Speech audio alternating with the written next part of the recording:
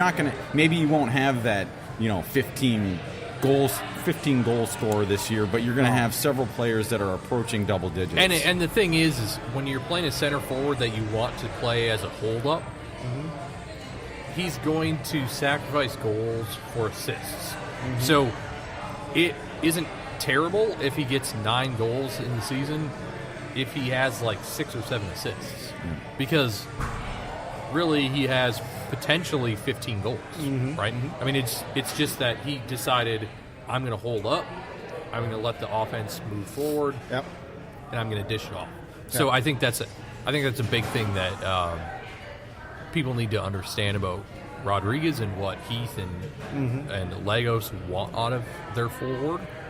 And it, as Callum brought up, with the players that are around him now, his goal tally should go up because the offense is now concerned about being an offense. Offense, yes, and not exactly. having to worry about what's going on behind them. Well, I think that's one of the things that happened with Darwin last year was he was putting up offensive numbers, but I think he was also worried about defending a little bit. Now he shouldn't have to worry about that anymore. Right. He should only have to worry about creating plays. Exactly. Creating. Do you mean he was worried about the defense or worried about him going back and defending himself? Well, I think he was worried about going. Much. I think he was a little bit worried about going back and defense himself. You now have opened him up with what we've done now. You've opened up so he can just be on the attack all the time. Yeah. And I think Heath last year wanted to come back a little bit. He wanted everybody. He wanted everybody back, and I think Darwin was kind of like, "That's not what I do." Right. But now he can do that. Yeah, and I think if obviously Adrian's prized formation is the 4-2-3-1. So in that scenario, you have your 4. Now you're going to have your 2. Would that be Alonso and Gregus? Okay. Yep. And everyone else should now be focused entirely on going forward. Yes. Yeah. And then last season they couldn't do that. And then you're just continuing that thought. Then you're, as of right now today, then the 3 would be Quintero and who else? I would think it's going to be Romario. Yeah. I mean, going left to right, Romario, Quintero. And Opara at this moment?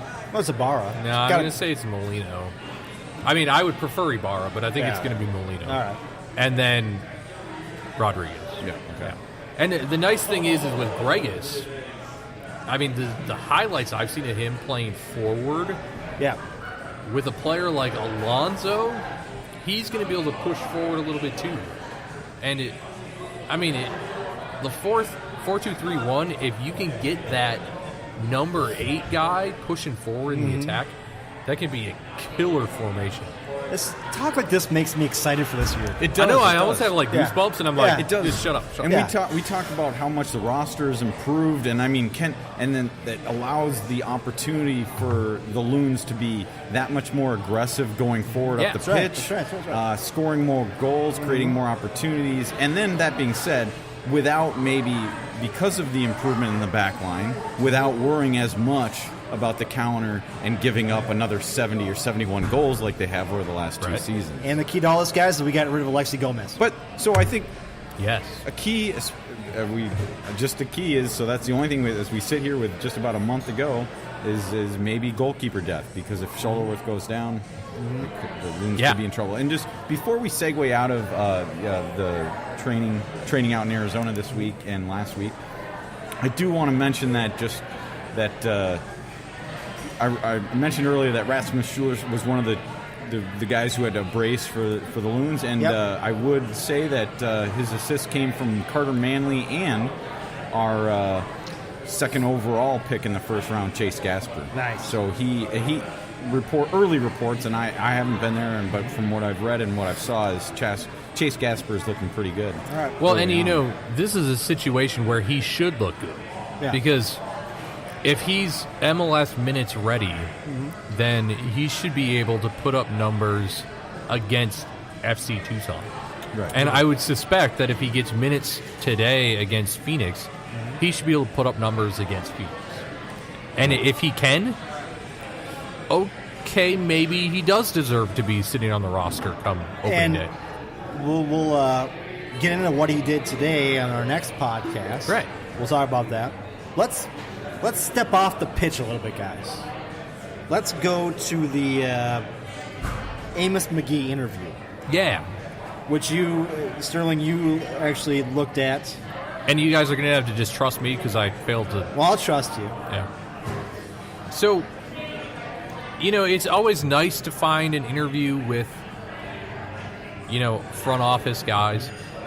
I thought it was okay. I didn't think anything was terribly exciting, I guess. I didn't think any of the questions were terribly hardball. And who are they? Yes, it was Jeff Ruder with The Athletic. Ruder, yeah.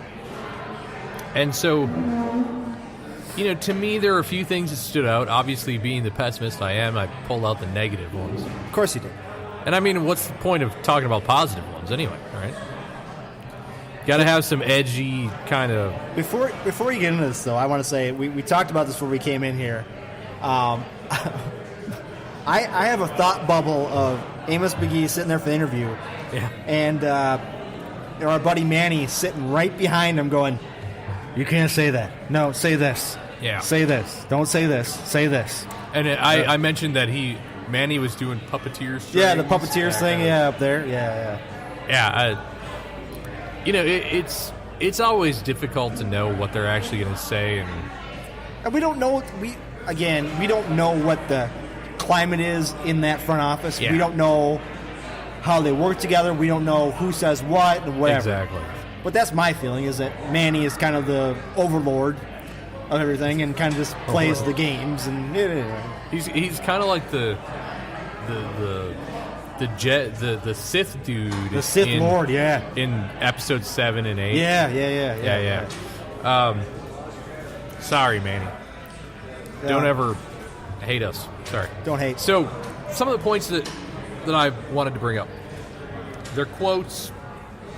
Magee said, we do less and less survey scouting trips where you're going to get a sense of the league, the level, the overall quality, and find players. To me, I thought this was a little weird. Because, okay, you go somewhere, Argentina, whatever, and you're checking out this player, but you're not really considering what the league is like.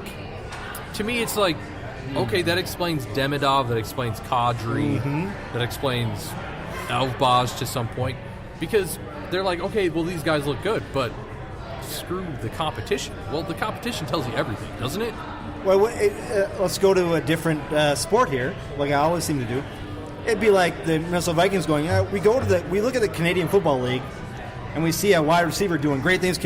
We don't care about what the league is. Right. Well, I do care, because Canadian Football League is different from the NFL. Well, and you wouldn't scout. Would you scout players, like, say, if you were in Arizona, would you scout the Loons based on their 9-2 victory over Tucson? Because they're playing Tucson. Yeah. I mean, it's tough to do. I mean, it's one of those things where it's like, okay, Hero scored a hat trick. It's interesting, so I'd like to see more, right? I mean, based on who he was playing and the situation he was playing in, okay, he scored 3 goals, but right. So when you go to Scandinavia, you have to consider the teams they're playing. Yeah. So I mean, let's go to Demidov, and this is going to come up in another point from this interview. You go to Demidov, and you think, okay, he was for whatever reason you felt he was a good CB. Who was he playing against? Nobody. I mean, and that's the thing. If you're going to go to the EPL and you're going to scout a guy, okay. If he's doing really good, fantastic. But the Cyprus League probably might not be quite MLS. Can I go way over your guys' heads right now? Sure. Okay. Do you guys remember when we called The Air Up There with Kevin Bacon? Where he goes to the Africa and he finds this basketball player, right? And he's the greatest basketball player he's ever seen in his life, right? And so the final game, they're playing against some other African, tribal team. And he's like, I got to sign this guy to go to college.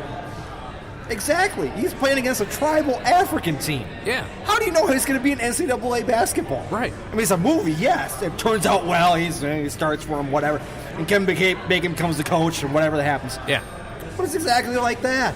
Exactly. This is not a movie. Yeah, I mean, do you think it's just something he said? I mean, because they're going when they go, and they've gone on heavy scouting trips in South America and in Europe, Scandinavia. Yeah. And when they're not looking at the lower divisions, I would assume. So he explained some context to that. He explained that they allow the survey scouting or the contextual scouting, I guess you could call it. Yeah.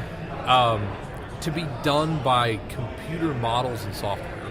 Okay. So, to me, based on the decisions they've made in the past, Yeah. they either need to change the software they're using or they need to change their scouting methods. Are they using Microsoft 95 or what? Right. I just don't... You would hope that they're considering that ahead of time, which, to the context, apparently they are. I hope so. But the methods in which they're measuring that, I don't think are working. So, that was one thing. All right. The next quote was regarding their reserve team. And he said, our reserve team, should that ever get up and running? Okay. Now, I don't know. For me, if I were Jeff Ruder, and maybe this happened and it ended up being off the record. And Manny said, nope, no, we're not. Yeah, exactly. It would have been a record scratch. Yeah. Wait. Off the record. If... Yeah. Should that ever get up and running? Why wouldn't you have it up and running? Exactly. I mean, I get that we're doing Madison FC this year. Yes, we are. Maybe even next year. Yes. Well, But if that's not your goal, to have a reserve team, what's going on here? doesn't every MLS team have a reserve team? it was a slip of the No. tongue, you would hope. But It was a But they slip of the should. tongue. Yeah. You should be saying when it gets up and running. Yeah. Understandably, they're 2 years into the MLS, going into the third year. Maybe you don't have that base built up like some of the older teams. Right. But you should. It should be a matter of time. Yeah. Not if. But I mean, that's an Atlanta awfully- has a reserve team. Okay. Wow. Atlanta has Arthur Blank. Still. Just saying. Still. I mean, if we're 2 years in and we don't have one, but Atlanta does, okay, that makes sense. Atlanta had the money to do it. We're 2 years behind. Whatever. But should that ever get up and running? It should. I don't know. It's either a slip of the tongue or it's a what the hell are you saying? Yeah. Right? Okay, so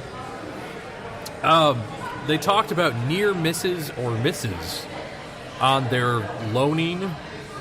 So, for instance, Elbaj was a loan, Kadri was a loan, Max was a loan. Yeah. What I pulled out of this was he never once mentioned Gomez. Alexi Gomez. Of course he did. Yes. Players loan. And I Why was would you? like, my God, the worst player on the roster Why last would year. You don't bring him up. Yeah, why and would it's you? like, okay, so, one, it boggles the mind. Two, maybe we have to start considering what they actually are doing here. I mean, is it just that he forgot? No. Manny was right. Manny was on the other side of the table where the big sign says, "Don't talk about Alexi Gomez." Right. Or it's like, is he just choosing not to mention him? Or did they really think that Gomez was good? I hope not. Now, I mean, I kind of backed up, and I mean, I was playing devil's advocate when I was being maybe earlier last year, I should say, being a proponent of Alexi Gomez, but I can't sit here and not bring up what happened yesterday. That would be the 1st of February. Don't bring after it we up. record. Don't But even do it. Alexi Gomez actually scored his first goal away from MNUFC last night or yesterday afternoon, and it was an impressive goal. I'm sure you've seen the highlights already by now. It's not- If you haven't, if you're listening and you haven't seen the Alexi Gomez goal, you need to look it out. Just find Twitter And- any Minnesota United person And talking about he's it. he's not playing he's playing in the Argentine Primera Division. Yeah. He's not Boca Juniors. They're not. Yeah, he's yeah. playing for a team called Gimnasia. They're currently 20th in the table, but he is in that first Argentine division. It's something to be He's said. basically playing for Minnesota of Argentine. Pretty Primera. much, yeah. Well put. Yeah, Yeah. that's true. Yeah. I'm sorry. The guy was a bust. He was. And the fact that Magee doesn't bring it up is like... Yeah, it's like, what? Come on. How do you read